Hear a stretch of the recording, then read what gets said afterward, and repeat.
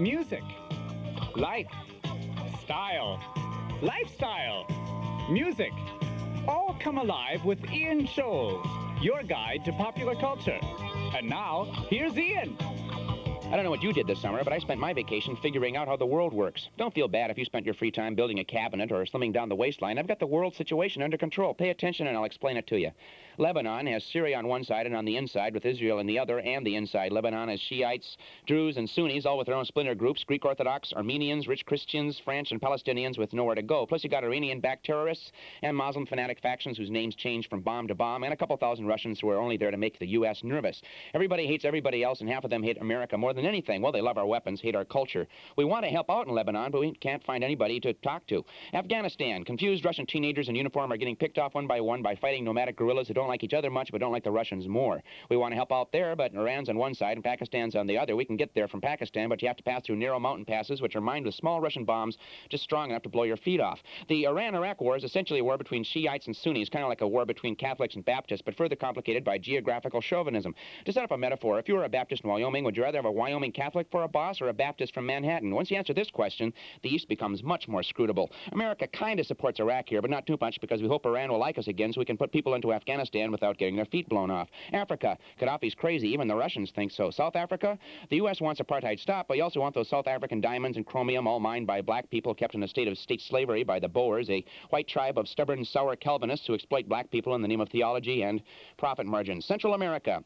El Salvador is our pal. Nicaragua isn't. Got it? The Nicaraguan Sandinista government was named for a guy named Sandino, a big hero in the 30s who, while having dinner with Cuba's Batista, was murdered by Somoza, who nobody liked except the U.S. State Department. The moral equivalent of the Founding Fathers, the Contras, are an overt and covert army led by the CIA fighting in Nicaragua and based in Honduras. Duarte, the president of El Salvador, is a moderate under attack by the right, the left, and the military. Throughout Central America are scattered Cubans and Russians who are only there to make the U.S. nervous. Other than that, Central America is the usual heady brew of cocaine, death squads from the left and right, bitter poverty, too much money in too few hands, Marxism, and the Roman Catholic Church. And the superpowers? Well, the Russian key to diplomacy is disinformation. The U.S. key to diplomacy is misinformation. In other words, except for a committee in Moscow somewhere, nobody knows the truth in Russia. In America, nobody knows the truth, period, except perhaps Henry Kissinger. That's the world in a nutshell. Throw in a wild card, like a random terrorist or two with a nuclear weapon in a suitcase, and you begin to see the world as it is. A nasty place to visit, but I sure wouldn't want to live there. I gotta go. There are many waves in the currents of culture. Catch them with Ian Scholes.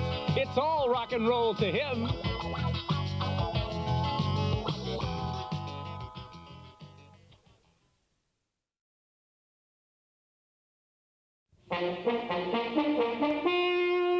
National Federal Consolidated Loan and Trust Bank is changing its name to Mickey. That's me. Yes, now you have a friend in the banking business. Me. I'll be your friend now. Yes, no longer will going to the bank be a chore. At Mickey, we'll make all your banking fun. We'll have so much fun together. We've redecorated. No more drab grays and browns at Mickey. You'll bank in a bright, swirling pastel wonderland. I painted it myself, but you can help me next time if you want to, friend. Every teller at Mickey is a cheerful, colorful animal character who will take your money with a minimum of fuss. And of course, waiting in line will no longer be a problem because you'll be entertained continually by... Me!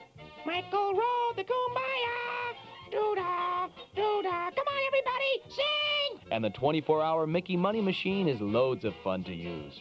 Tweak Mickey's nose, and you have $20. Put your night deposit under his hat. Don't mess my hair. And poke him in the eye to get your balance. $3,335.23. And every new depositor at Mickey gets a popsicle in your choice of flavors. And you get to meet... Me, Mickey. I'll be your friend. Okay? Okay? Please? Bank Mickey. $50,000 minimum deposit required.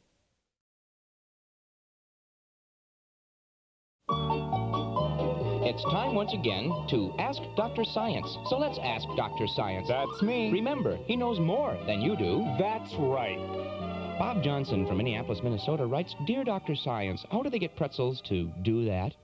Pretzel is a German word which roughly translates as troll donut. Pretzels were not made but found in a cave in medieval Bavaria by Trappist monks who had wandered there in search of salt. Pretzels are crystals, technically, and the pretzel shape is a magnification of the pretzel molecule. There are also several related minerals.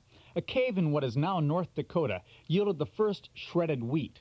and a volcanic fissure in Yosemite is the world's only source of Triscuit.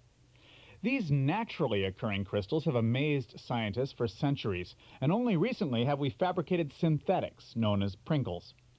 These have the same function as pretzels, but it'll be years before science can totally replace naturally occurring snack foods. Thank you, Dr. Science. Send your science questions to Ask Dr. Science. Remember, he's not a real doctor. I have a master's degree In science.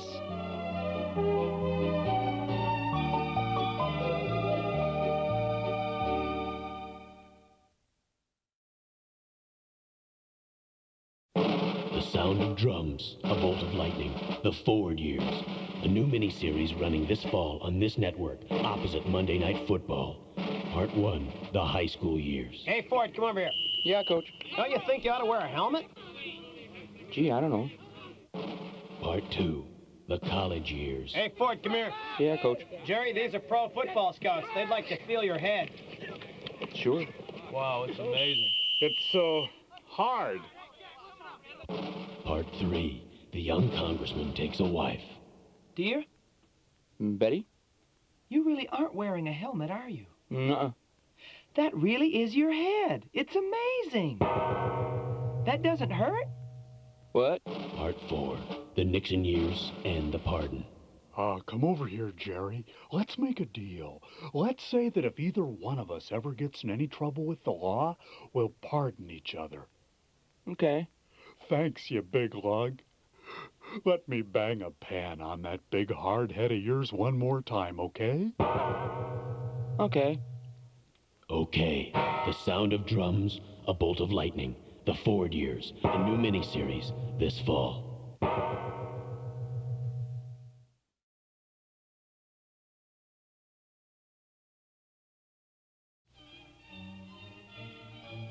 To be or not to be?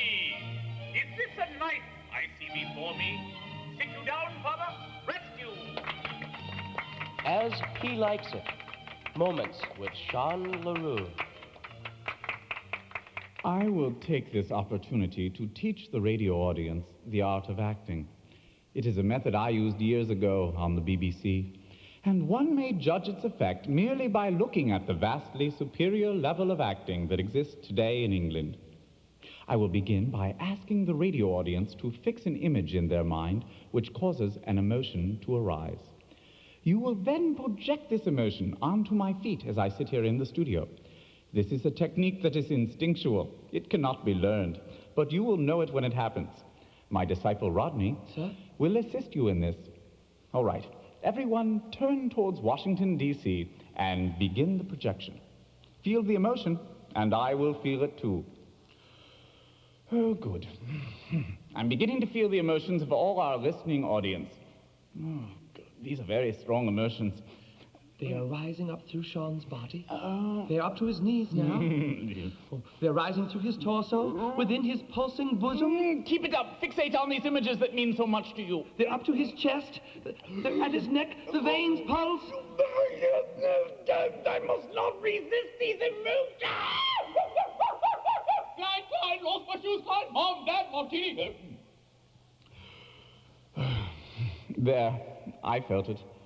And I'm sure everyone out there did too. And that, dear friends, is acting in its purest form. Bravo. Thank you, Rodney. He's the best actor I ever saw.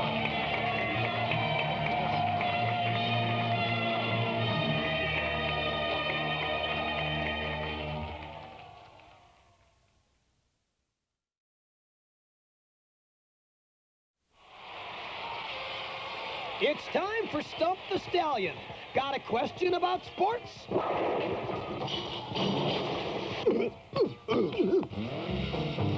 The Stallion has the answer. Dear Stallion, which sports magazine should I buy? There seems to be so many of them. Sports Illustrated, Sports, Sporting News, Sports Afield, Inside Sports, Outside Sports, Sporting Life, Ultra Sports, Sports. My wife says I can only have one sports magazine in our house. Which one should I subscribe to? Bob Guccione Jr., New York, New York. Today, everybody thinks they can write about sports. Everybody, even the New Yorker, every year now has a huge article about baseball, golf, or some other sissy sport. Esoteric homilies about the essence of sportsmanship. Page after page in little gray type with woodcuts from Vermont. For crying out loud, who wants to read about sports in the New Yorker? There's two important things in a good sports magazine: pictures and statistics. The pictures should be big, action-packed, straining faces, dirt, blood, professional athletes twisted at angles that would snap the normal human in half.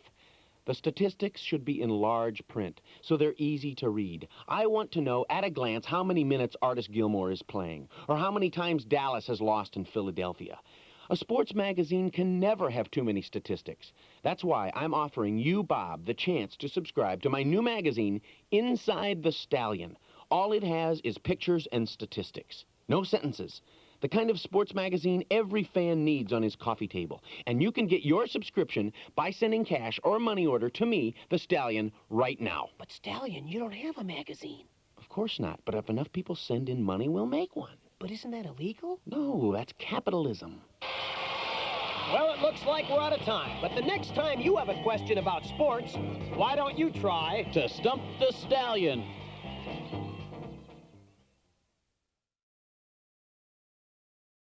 I'm not what you would call mystical by any stretch of the imagination, but something amazing happened to me last month. I had just mailed my taxes, and I was walking briskly down the street in a subdued fury, as I'm wont to do, talking to myself and trying to think of ways to make money. I've made a lot of mistakes in my time, and it seems like television makes a lot of money from mistakes by airing them as blooper shows. What I needed was what network execs call a high concept, which is a sentence that looks good in the TV guide, like poor black kid moves in with rich white people, and then the fun begins. A stupid woman moves in with two lecherous men, and then the fun begins. A wacky teenager moves in with a chimpanzee, and then the fun begins. And then the million-dollar idea struck me. What if you had a blooper show in which everybody did something right? If you do a blooper correctly, isn't that a blooper in its own right, a kind of anti-blooper, a Zen blooper? In my mind's eye, I was pitching Zen Bloopers to a network producer, trying to explain just when the fun begins, making some amazing connections, which after all is my job, when, right there on the street, a very attractive woman in a trench coat stepped in front of me, shoved a microphone in my face, and said, "What would you like to see more of on follow-ups, bleeps, and blunders?" Well, I just couldn't believe it. Here I was thinking about bloopers, and a blooper person stopped me on the street. I spotted the video camera a split second later, and I was about to pitch my Zen blooper concept to the blooper people when the blooper lady slipped off her trench coat with a frozen smile and stood before me in a skimpy bikini. I could see goosebumps rise in her flat stomach. She said, "What would you like to see more of on follow-ups, bleeps, and blunders?" She winked at me, but her smile was slipping. She was clenching her teeth to keep them from chattering. I said, "Lady, you're not getting paid enough." I turned to the camera and said, "Are you people heartless animals? You've made this poor woman stand in her underwear in a freezing San Francisco street just on the off chance a stupid libidinous male might gawk at her and you could get a good shot of the poor sap's double take." As I gathered up breath to say more, someone said, "Cut." The woman said, "Can I put my coat back on?" And the whole crew vanished into an alleyway. I continued on my way, working myself into a deeper fury than before. Some kind of amazing coincidence had just occurred. There I was, thinking about bloopers. A blooper show stopped me on the street trying to create a blooper. I committed a blooper by not responding to the blooper properly. Now, I've been watching all the blooper shows ever since, but I've yet to see my face, which proves to me, at least, that a non-blooper on a blooper show is indeed a blooper, but a true blooper just doesn't qualify as a blooper. A blooper cut from the blooper show is no kind of blooper at all. So my sad conclusion is Zen Bloopers will not make me any money. Not making money is, of course, Zen capitalism, but that's another theory for another time. I gotta go.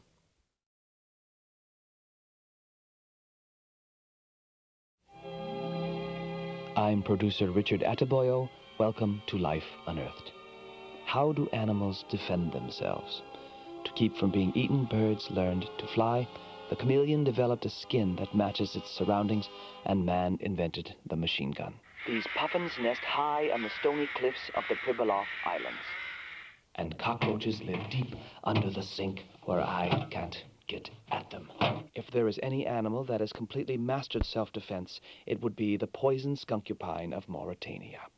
The size of a large raccoon, completely covered with poisonous spines, including the soles of its feet and the insides of its mouth. From the size of these teeth, one would think it had a vicious bite. It possessed a horribly noxious-smelling oil, which it could spit, spray, or ooze while it just stood there. With this defense, how could this species die out? Think about it. Would you mate with a poisoned skunkupine? The species evolved to a state where it was actually repulsed by its own kind. Next time, the Corsican orchid that smells like rotting meat and other offensive life forms on Life Unearthed.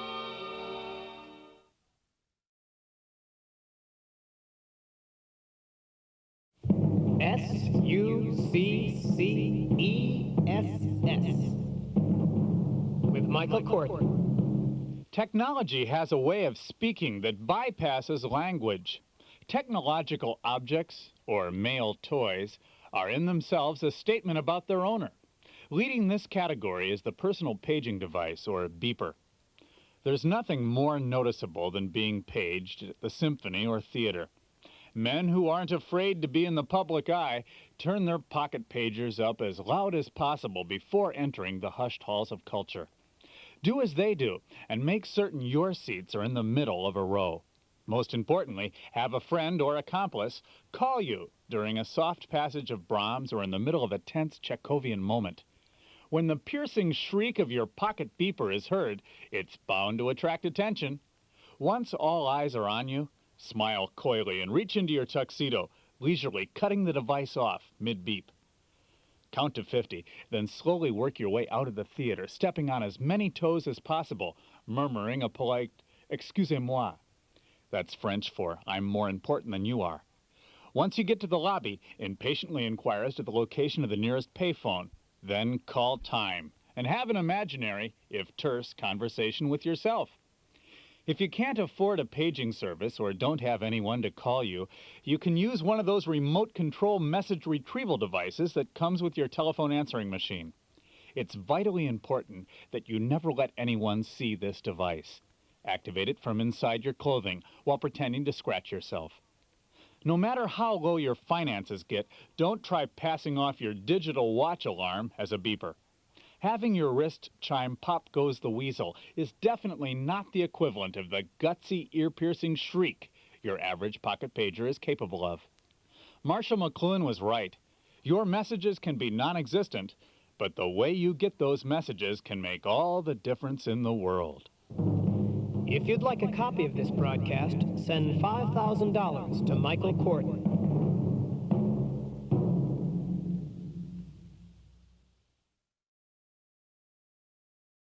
Hello, everyone. This is Dale Blisterpoof, president of Blisterpoof Vitamins and Healthcare Products, with another 90-second fireside chat about me and my America. But first, this.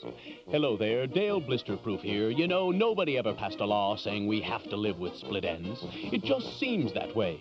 But with Blisterproof's Papaya Zinc Vitamin C hair conditioner, you get more than just a hair conditioner. You get a false sense of being a friend to the earth. It's always the time of the season to be using a Blisterproof product. Hello, Americans. Today I'd like to talk a little about growing up. Why are we Americans afraid to do it? Maybe it's because we all had such unhappy childhoods. I know I had the most unhappy childhood. Oh, sure, we had lots of money and I went to the very best schools, but money and schooling are no cure for a crippling brain disease called Greek psychophobia, an irrational fear of old people wearing masks. Oh, true, I never really saw an old person wearing a mask, except for one crazed gardener my parents let go forthwith. But still, there was the constant threat that my unhappy little world would be invaded by an elder with a prevaricating visage. How I overcame this disease is a story of hard work and persistence, and elements that yet don't have a name. But that's all the time we have for now. Till next time, that's my stand on it.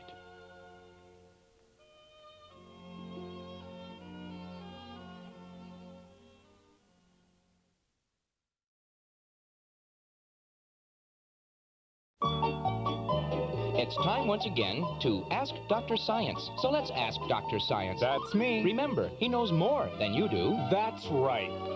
Joe French from Utica, New York writes, "Dear Dr. Science, as a frequent pen pal with many people overseas, I've often wondered, maybe you can help me, who invented the 4-color pen?"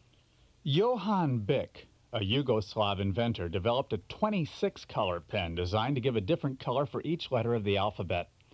A complicated and cumbersome Soviet computer aided this pen by recognizing each letter as it was written. Unfortunately, the computer and pen, being Soviet, were as large as a pickup truck and tended to shimmy and smoke whenever a word went over 6 letters. This made postcard writing both colorful and impossible. The entire 26-color system was abandoned in 1963 for the present 4-color pen, which still remains one of the most useless inventions of all time, but at least it fits in your pocket. Thank you, Dr. Science. Send your science questions to Ask Dr. Science. Remember, he's not a real doctor. I have a master's degree In science.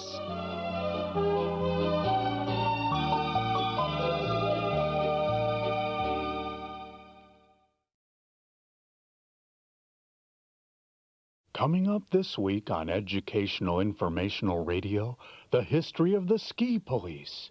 A team of devoted expert skiers who patrol the plains of east central Illinois looking for stranded skiers. During the summer months, these noble fellows volunteer as security guards for a local sewage treatment plant. Then we'll hear from the State College Civic Studies singers, singing the state songs of all 50 states in Pig Latin. This extravaganza will be followed by chemistry professors giving the formulas for common household laundry and dishwashing detergents. That takes us to Organ Fugues in Minor Keys, a journey with the king of instruments across the darker side of the chromatic scale.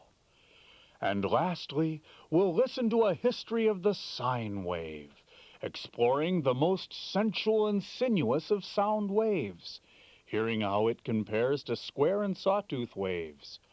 All this coming up this week on Educational Informational Radio.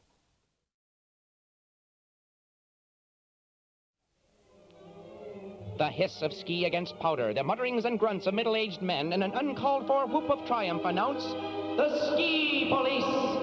Which way do we go? How do you stop these things? Watch out for that tree! The ski police. They operate in the flat prairie of east central Illinois.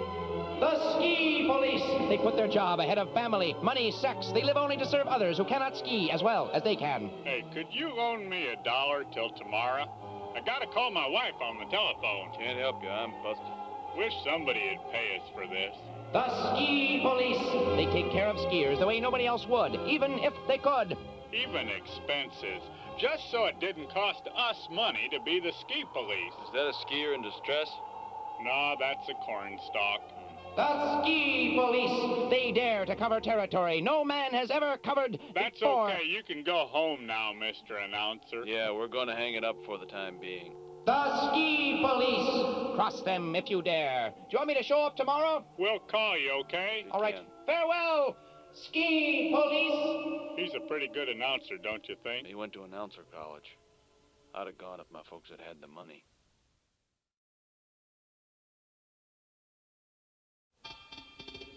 Welcome to Dangerous Nation. Our guests tonight are Dr. Henry Kissinger, noted and self-appointed advisor to Americans everywhere, coming to us live from the Nuclear Misogynist Conference in Geneva, Switzerland. Welcome, Dr. Kissinger. Thank you. I am more intelligent than you. Joining Dr. Kissinger in our debate is Rocket J. Squirrel, cartoon character and president of WoodProl, Woodland Creatures Protection League. He comes to us live from the retired cartoon character's home in Van Nuys, California. Welcome, Mr. Squirrel. Thank you, Mr. Announcer. Hey, Rocky, want to see me pull a rabbit from the hat? Later, Bullwinkle. Gentlemen, squirrels. The Great New York Blackout of 1965, a squirrel chewed through a power line. More recently, a flood in California caused by squirrels chewing through the protective levee. They destroy transmitters, devour insulation. They are a menace to modern society. This, in a nutshell, is the argument put forth by the anti-squirrel faction. Am I being fair to your argument, Doctor? Well, an awkwardly phrased paraphrase of the ideas put forth in my own books, written over 20 years ago. I should add... But essentially your position. Essentially, yes. Mr. Squirrel, can you say anything good about your species? Well, that's a loaded question, Mr. Announcer. Wherever I answer, it's going to sound like a confession. Let me rephrase that.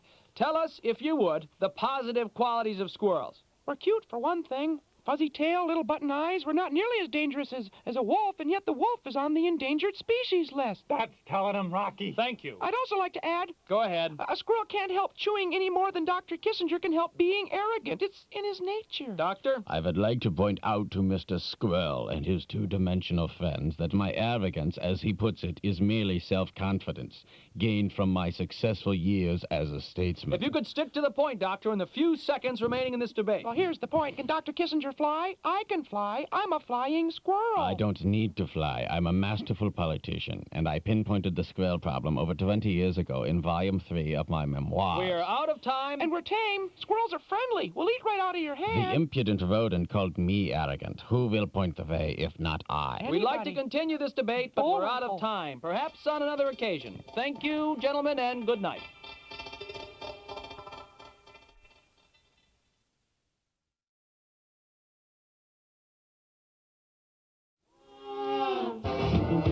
Voices from the past, like 10 years ago. Hi, this is Randy, that's with 2 E's like the river, Randy of the Redwoods, and I'm here to tell you about some stuff that's on my mind.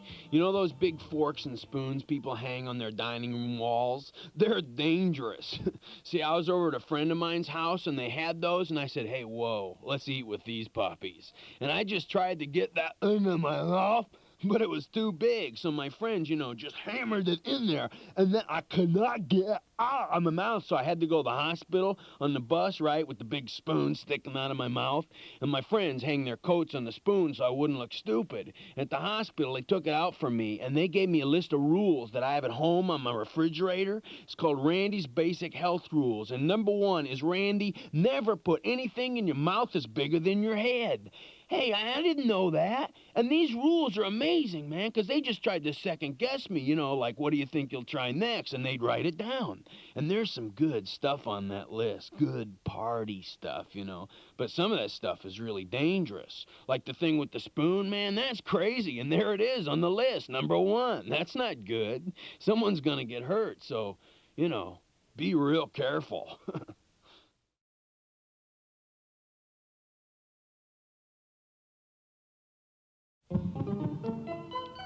Good evening, and welcome to We Both Read It, your weekly book review program. I'm Alec Cotwood. And I'm Sidney Katz. This week we'll take a look at Memories of Paris, the monumental memoir by Sir Cedric Lord Osbert Geoffrey, the so-called haberdasher to the lost generation. It's a large book. And here's an excerpt. As I slowly sipped my absinthe with Ezra Pound, we watched the arm wrestling match between Gertrude Stein and T.S. Eliot.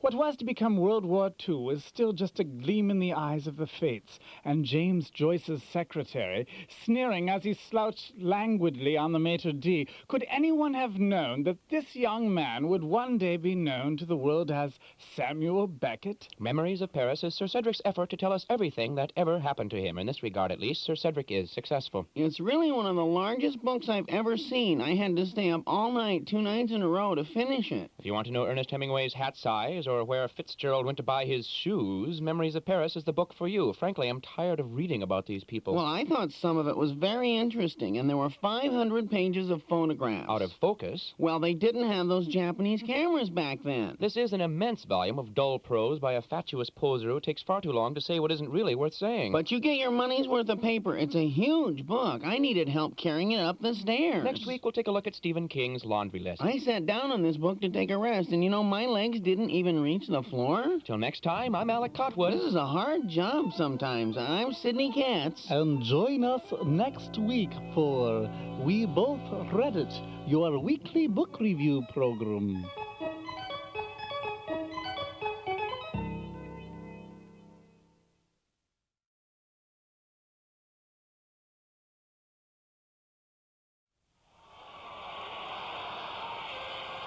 It's time for Stump the Stallion. Got a question about sports?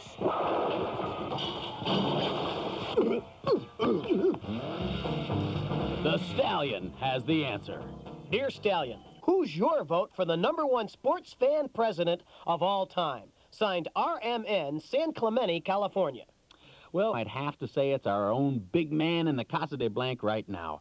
And we've had some good ones, too. Kennedy put touch football on the map. Ike was a big booster of the quiet sports, golf and sleeping.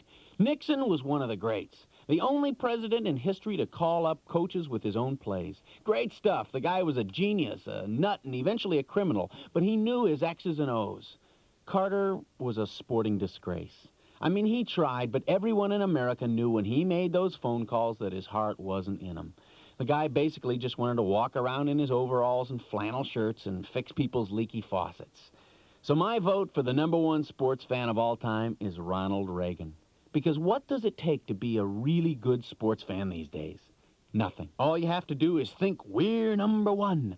Thrust that number one finger up in the air at a camera or opposing team and think that there's a connection between your finger and what's happening on the field. And then think it's important. Ronald Reagan understands today's sports fans. Well, it looks like we're out of time. But the next time you have a question about sports, why don't you try to Stump the Stallion?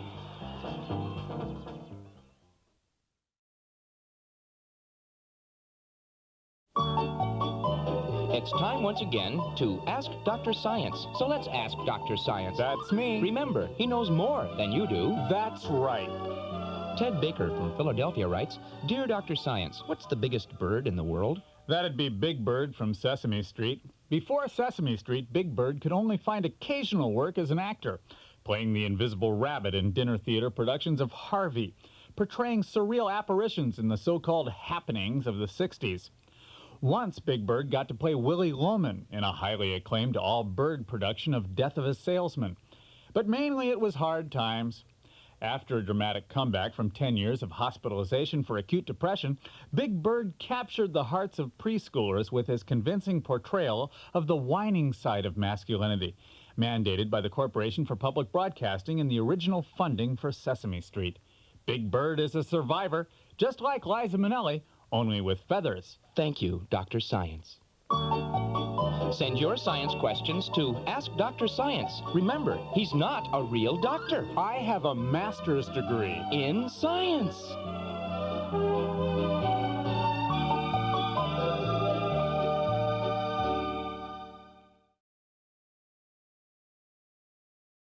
If the bars are there, he'll break them. He's busting out. He's going back one more time to the hell he left behind. He's gonna break out his buddies if it's the last thing he does. Dumbo. He's the elephant who flies, and he don't care if he dies. I want you to know, Dumbo, I did everything I could to keep you out of this place. Don't worry about it, Colonel. There are worse places than the Central Park Zoo. And I still got buddies in some of those worse places. I know. We want you to bust them out. Interested? Take it easy, Dumbo. You're scaring the bagel vendors. Dumbo! Just one thing stands in his way. Everything. Look, Senator, if the public ever finds out there are American elephants in the Soviet circus, it'll make the CIA look bad. We'd better send Dumbo behind enemy lines and then kill him. That plan doesn't make any sense. Well, that's the kind of movie this is. Dumbo, he doesn't care what it takes. He knows there are cartoon animals trapped in a Soviet hell. Sign this confession, Horton, or we will make you wear the tutu again. I meant what I said. Sign or we squish the who. And I said what I meant. Oops, I dropped the who. An elephant's faithful. Give me a microscope, I dropped the who. Dumbo, when you laugh at his floppy ears, you're playing with dynamite. Dumbo, he's a one-elephant cartoon world apocalypse. What you call the zoo, he calls home. What you call hell, I call heck. What you call heck, he calls... Put me down. Dumbo, Second Blood Part 5, Elmer Fudd Part 7, a Golan Globus production coming soon to a theater very far away. Get me out of here, Dumbo! Hang on, little fella. Here we go.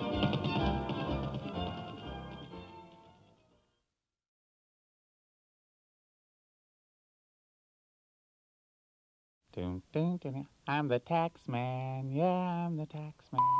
Hello, this is the Internal Revenue Service's Rap with the Taxman toll-free service. Can I help you with your question regarding the new non-loopholed tax structure? Yeah, I'm a businessman, and I'm worried about this new $25 ceiling on business lunches. I can't take a client out for that. What am I supposed to do? You could pack a nice picnic, find a park, and really get to know your client. But I live in Arizona. Oh. And another thing, I have a brother who owns a restaurant, and he tells me this is killing the restaurant business. Having no ceiling on business lunch deductions was, in effect, an indirect subsidy of the restaurant business. So what's he supposed to do? Do what the tobacco companies do and apply for a direct subsidy. But I don't really know... Hello, tax information. Can I help you understand the new taxes a little bit better? Gee, I hope so. Say, I was wondering about a two-income family. There used to be something about the second income being smaller, subtracting one from the other. I don't know. Why'd they stop that? Congress wants to reward the traditional family, where the husband goes to work and the wife stays home. Why did they want to do that? I don't know. I'm not a congressman. Perhaps we long for a more innocent, uncomplicated past. Yeah, sure. Well, I happen to be a schizophrenic. Can I double my personal exemption to $4,000? You can, but both of you will have to go to jail if you get caught. I'm dying here. What kind of relief is this new tax policy going to give me? Sir, from what I know about your problems so far, I'd recommend you see a psychiatrist immediately. Can I take that off my tax?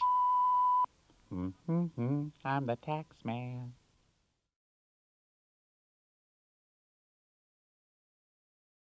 An organization which calls itself the Parents Music Resource Center, headed by a woman with the unlikely name of Tipper Gore, has pressured record companies into placing warning labels on albums with potentially offensive lyrics.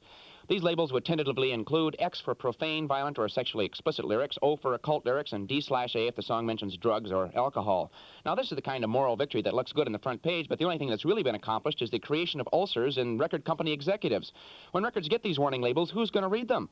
Do Mom and Dad spend a lot of time browsing down at the record shop? Do Mom and Dad spend a lot of time looking at Junior's record collection? Well, maybe if you're Tipper Gore, you have time for these things, but most moms and dads are too busy putting dinner on the table. So who will read these warning labels? Kids. An X label on a disc by, say, the Lust Doggies will probably increase record sales, if anything. Unless your kids are tone deaf or perfect, they only listen to what other kids are listening to. That's a teenage fact of life. But listen, if you insist on putting warning labels on records, give me the job. I'll keep morality out of it and keep the judgments purely critical. Prince, for example, will get a P for pompous. Sting gets a PR for pretentious. Motley Crue an S for stupid. Power Station an I/M in it for the money.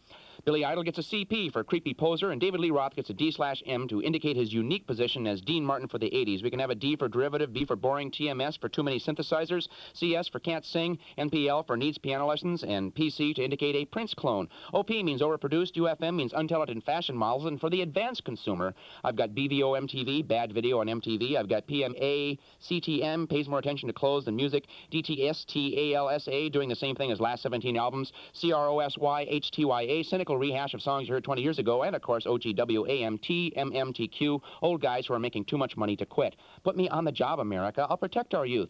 As for Prince, who seems to be the big villain on everybody's list, I certainly don't think Prince is James Joyce, as record exec Clive Davis claimed he was in a recent Today Show. Kids can't dance to James Joyce. But anybody who can write a song like Raspberry Beret can be forgiven a lot of things, including being X-O, D/A, P, and of course CMAHB, SW, COATA, coy mysticism and half-baked sensuality which can only appeal to adolescents. Squeeze that on your label, America. I gotta go.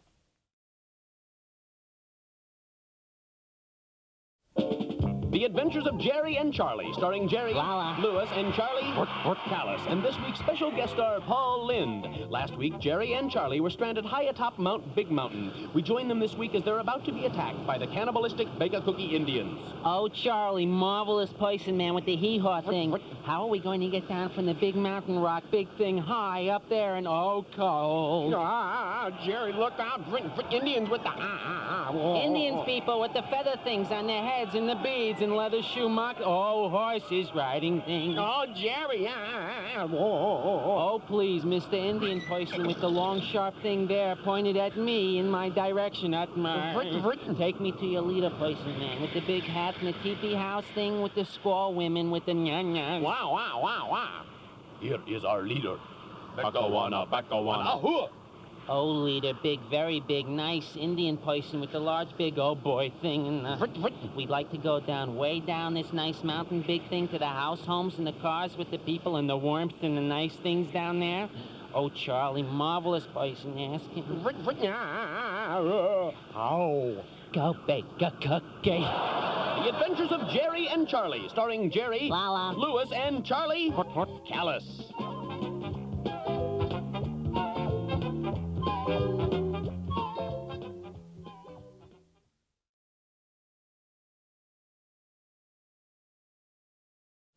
Sensitive Male Hotline.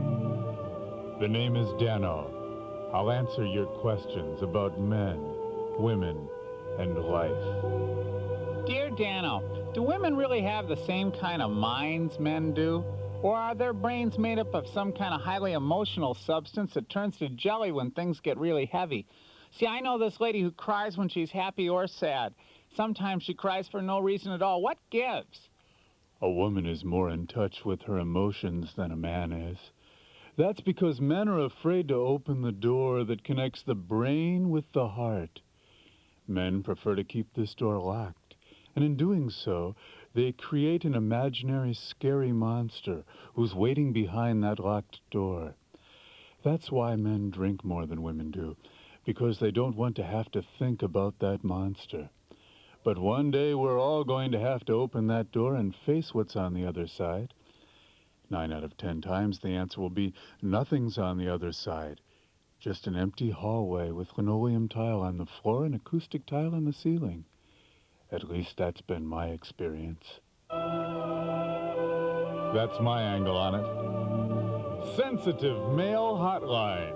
Listening to your feelings. The feelings of sensitive guys.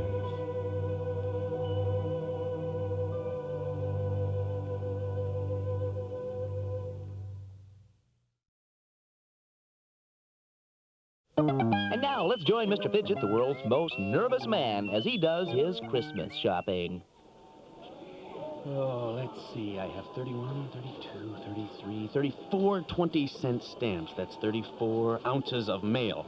So if I'm going to mail 3 Christmas presents this year, 2 of them can weigh 11 ounces and 1 can weigh 12. May I help you, sir? Yes. I'd like to see this brown belt with the large buckle here. Ah, yes. It's a very fine belt, sir. It's made entirely of... How much does it weigh? Please, sir, you can't shout in here. How much does it weigh? I don't know. How about that cowhide wallet back there? Oh, yes, that sells for $14. It's made entirely... How much does that weigh? I don't know that either, sir. Please show me something that weighs 12 ounces. Well, here's a bottle of men's cologne. It weighs 12 ounces. It comes from France. Take it! Very good, sir. Do you have anything that weighs 11 ounces? No, I don't think so. Do you have 2 more bottles of this cologne? Yes. Well, please take 1 ounce out of those 2 bottles, and then I'll take all 3 bottles. Fine, sir. I'll wrap them up for you. Merry Christmas. Thank you. We can take them Oriental!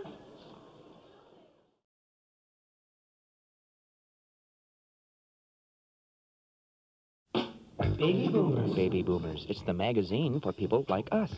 Baby Boomers. What did Sherry say to Lamb Chop? Find out in this issue of Baby Boomers. There are so many of us, and we're so neat, but it seems so hard to keep up with all the cool things we're all doing. That's why you need to read Baby Boomers. What 3 secrets did Captain Kirk, Captain Crunch, and Captain Kangaroo share? Find out in Baby Boomers. I usually don't have time for the newspaper, radio, or TV, because I'm working so hard to make a buck, you know? But I sort of want to know what's going on, sort of. You need to pick up Baby Boomers. 50 pages of large, easy-to-skim photographs of the people that are making it. The successful Baby Boomers. I love Trivial Pursuit because it's things I just know.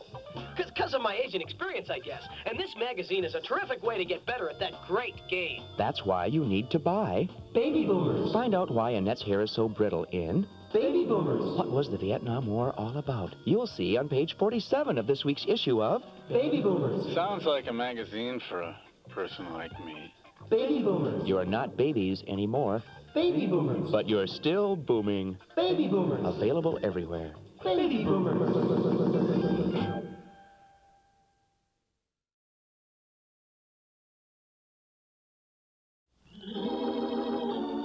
Minute Mystery, brought to you by Sleepy Bear Coffee. It's the most stimulating thing you can do with your mouth. Now let's join Professor Nervo and his nervous companion Jitters in The Case of the Missing Toolbox. Well, Jitters, what do you make of the scene of this crime? Professor, the back door was expertly picked. The work of a professional thief. But he didn't take the stereo. One thing is missing. A toolbox. Who'd want to steal a toolbox? Well, let's just sit here, drink a cup of Sleepy Bear coffee, and think this case through. I already had my cup of Sleepy Bear for the day, so I'll just do 100 sit-ups while you're thinking, okay? Match wits with Professor Nervo and enjoy a cup of Sleepy Bear Continental Blend with absolutely no sugar.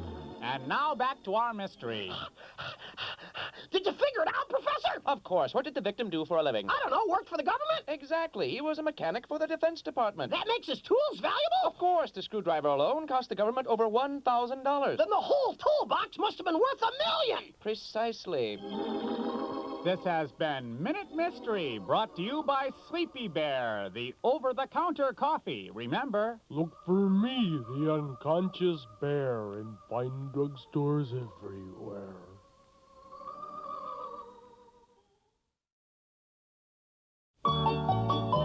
It's time once again to Ask Dr. Science. So let's ask Dr. Science. That's me. Remember, he knows more than you do. That's right.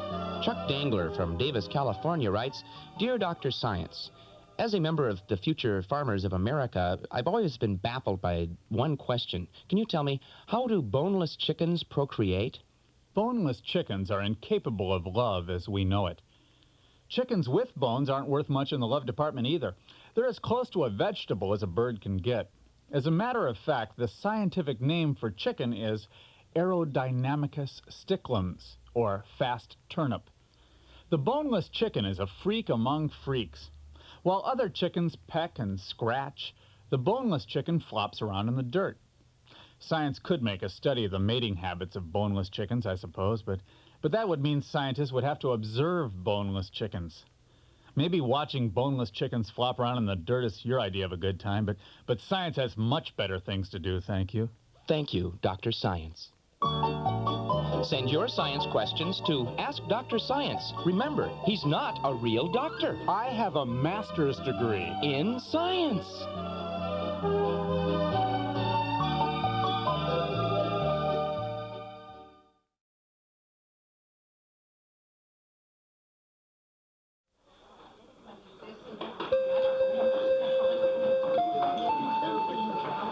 What does that code mean, Fat Spy? Well, Pa, that's called the roundup. All the American subs immediately round up and try to head off the Soviet fleet at the pass. The pass? Yeah, the pass, the Straits of Gibraltar. Oh, great. We're going to make some money on that sale. Enough to buy you a whole new cowboy outfit, Fat Spy. Maybe then you can afford a wife and not hang out with me all the time. Gee, Pa, do you really think it's right us selling government secrets? Shh, keep quiet. Here comes our food. Oh, boy, a big steak and a rare Hausberger. God, Pa, I love the Ponderosa Steakhouse. It's always busy and noisy in here. We can talk real loud and not disturb anyone. What else you got, Fat Spy? Well, I just recruited a whole Navy base to work for us, Pa. Gee, I'm so big and funny, nobody can say no to me. Oh, good. That's a couple more acres right there. Yeah, but, Pa, I'm really worried about Little Spike. Why? Well, he's tired of this. He wants out. But he can't leave. We're making so much money. I never could understand that one. Yeah, but all the other families are doing great, Pa. The Andersons have gotten almost all the first strike information. The Nelsons are stationed aboard communication ships everywhere. And the Clampets are doing okay. They shouldn't have let Jethro into their operation. He's just going to screw it up. He's not even a Clampet. He's a Bodine. What about the Cleavers? Well, ever since Beaver got in trouble sending us that Vietnam information, Ward's been a lot less reliable. We're still getting stuff from Eddie Haskell? Oh, more than we can sell. Look what he just sent us, a totally detailed schematic drawing of every bathroom in the Pentagon. Wait a minute, Pa. Is there supposed to be a microphone in my Hausberger? Uh-oh. Quick, Fat Spy. Send a message to the other network. Have them send over Perry Mason. We're going to need all the help we can get. Okay, Pa. Okay, you two. On your feet. You're under arrest. But you got it wrong. We're the all-American family. We're the good guys. No, we got it right. You used to be the good guys.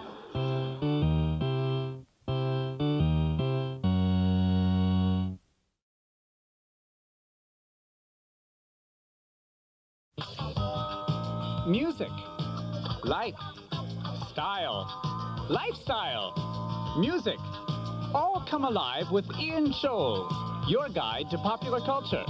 And now, here's Ian.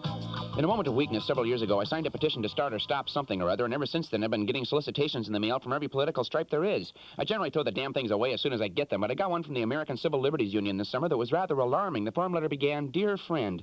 These bulk rate letters always call you friend, whether they're from Ronald Reagan or, in this case, Ira Glasser, executive director of the ACLU. He writes, Dear Friend, it is late at night. I'm tired, and my burning eyes are telling me it's time to quit. But before going home, I wanted to write to you and ask for your help. Frankly, I'm feeling a bit scared right now. The Reagan landslide has reinforced an ominous new mood in America, end quote. And he spends 3 pages on a sales pitch urging me to give money so the ACLU can continue to defend the Bill of Rights. Well, I'm worried about the Bill of Rights, but I'm more worried about you, Ira. Can I call you Ira since you called me friend? I'd say you got bigger problems than defending the Constitution, if I can be as frank with you as you were with me.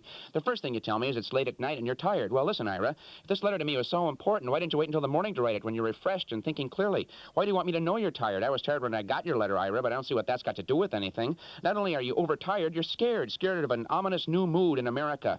Well, you shouldn't be scared of Republicans and fundamentalists, Ira. You should take a tip from them. They go to bed at night. They don't stay up till all hours writing desperate letters to people they hardly know. You're so tired and scared, you're punchy, obviously, or you wouldn't have written to me in the first place. I only got $20 in my checking account. Even if I did have large sums of money, why should I send it to a frightened man who doesn't know when to call it quits for the night?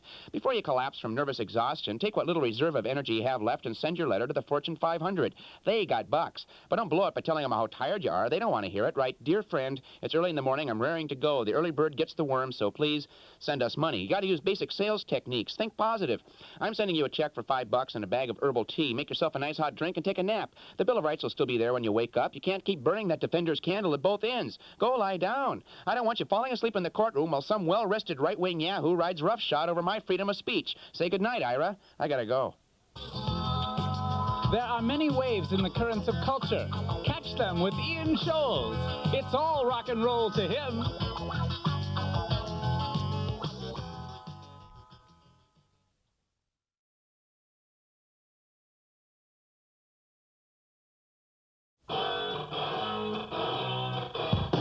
Now, from Empty Video, you've heard the record. You've seen the video. Look, Danny, that band that kills stuff is on the television. And now the band you can't avoid, Death Tick Monotone, is coming after you. We want you to move our equipment. Could wash the costumes, too, eh? Yeah, we could send them out for beer. Oh, they're just kids. Nobody's going to sell them beer, you stupid old... Win the Death Tick sweepstakes and you'll be taken on transcontinental bus to meet Death Tick Monotone's equipment manager, Free Dog. You and Free Dog will load Death Tick Monotone's equipment all night long. Whoa. While the band flies in their Learjet, you and Free Dog will drive through blistering heat to the next Death Tick Monotone concert. You'll be there for sound check. But that's not all. If Death Tick shows up and plays, you'll be right up near the front of the stage. Hold that column up, kid. Don't let those amps fall on you again. After the show, you and Free Dog will break down the equipment. Break it down, set it up, break it down, set it up. Again and again for 2 weeks. Ha fun. Wait, there's more. Whoa. Death Tick gives you all their drugs to hold, and you and Free Dog will be arrested in a small town deep in the heart of Texas. Oh, boy. Then you'll have 5 years in prison to stare at your personally autographed Death Tick Monotone poster. Whoa. A souvenir of your On the Road with Death Tick adventure. Beats working, don't it, kid? Send in your Death Tick sweepstakes entry card today.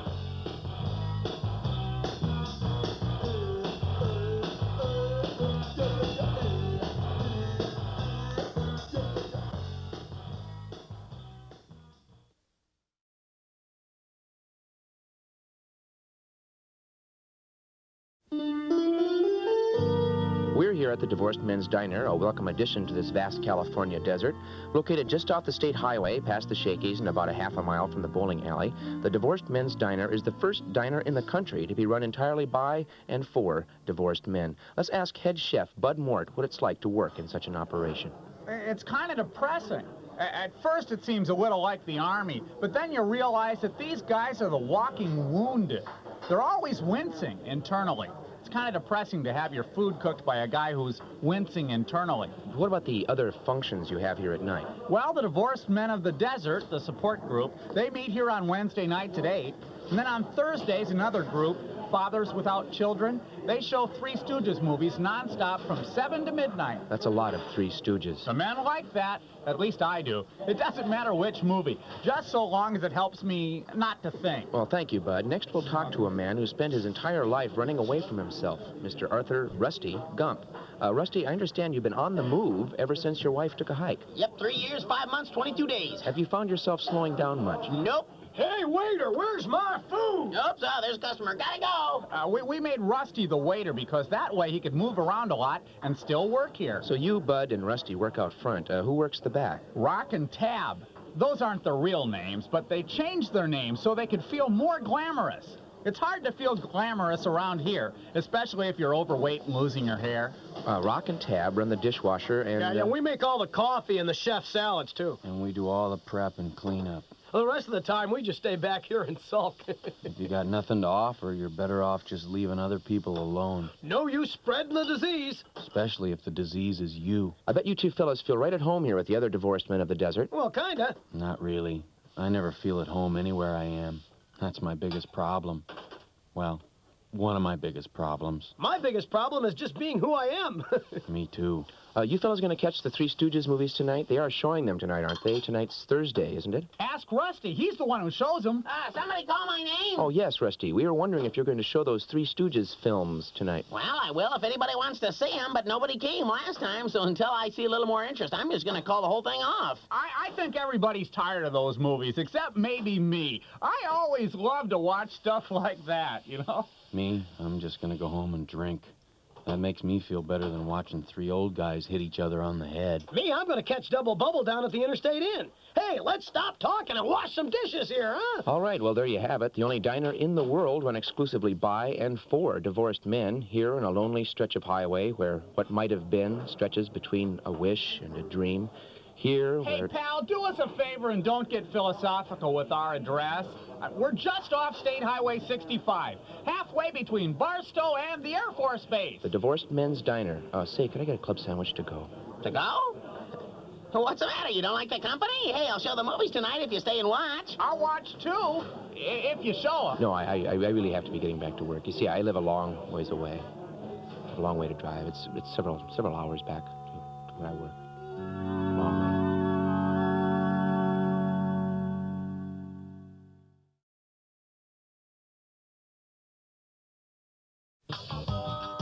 Music, life, style, lifestyle, music, all come alive with Ian Scholes, your guide to popular culture.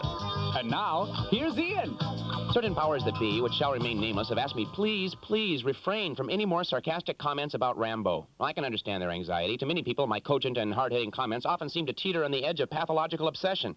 Well, that's the edge a guy like me must dance on. That razor edge between madness and rational opinion. If certain things drive me to rage, like Cabbage Patch Dolls, Rambo, the new boyfriends of old girlfriends, or Madonna, I can't help it. I must surrender to my own perceptions. If this be madness, let it be. But it's hard to find a focus for anger sometimes. Take the nude photos of Madonna, for example, please. Do I get mad at Hugh Hefner or Bob Guccione for staging a kind of breast war, a race to see who gets there first with the most? Do I get angry at Madonna or her publicist? Do I get mad at Christianity for supplying Madonna with the icons of her inane image? Do I waste anger on the college photography class that hired her as a model in the first place? What does that all mean? Will every famous woman in the future have to supply her own nude portfolio so this little dance of scandal and mock anger by the famed and defamed can become a permanent part of the celebrity process?